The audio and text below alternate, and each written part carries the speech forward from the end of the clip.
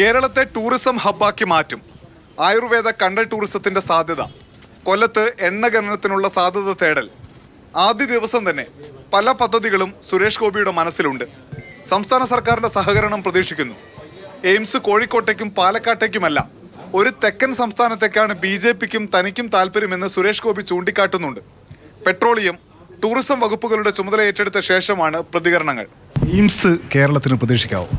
തീർച്ചയായിട്ടും അതിനുവേണ്ടി കഠിനമായി പരിശ്രമിക്കും. എൻ്റെ മെൻറ്ററാണ് ഹെൽത്ത് മിനിസ്റ്ററായിട്ട് വന്നിട്ടുള്ളത്. കഴിഞ്ഞ എനിക്ക് തോന്നുന്നു 2015 ഞാൻ അദ്ദേഹത്തോട് ഇത് ആവശ്യപ്പെടുന്നത്. 16 MP ആയതിനു ശേഷം ആവശ്യപ്പെട്ടു. പക്ഷേ ശ്രീ പിണറായി വിജയൻ വന്നതിന് ശേഷം 2-3 പ്രാവശ്യം ഞാൻ ആവശ്യപ്പെട്ടിട്ടും ആ ഒരു സ്ഥലം ലിസ്റ്റിൽ വന്നിട്ടില്ല. അത് വന്നാൽ ബഡ്ജറ്റിൽ വെച്ച് തീർച്ചയായിട്ടും സാധിച്ചെടുക്കും. കോഴിക്കോട് പനങ്ങാട് പഞ്ചായത്തിലാണ് സംസ്ഥാന സർക്കാർ സ്ഥലം കണ്ടെത്തിയത്. അല്ല, അതൊക്കെ വിട്ടേക്കൂ. നമുക്ക് അദ്ദേഹത്തിന് അറിയാം ഏതാ സ്ഥലമാണ്. കാര്യങ്ങൾ പഠിച്ചിട്ടേ നടപടികളിലേക്ക് കടക്കൂ.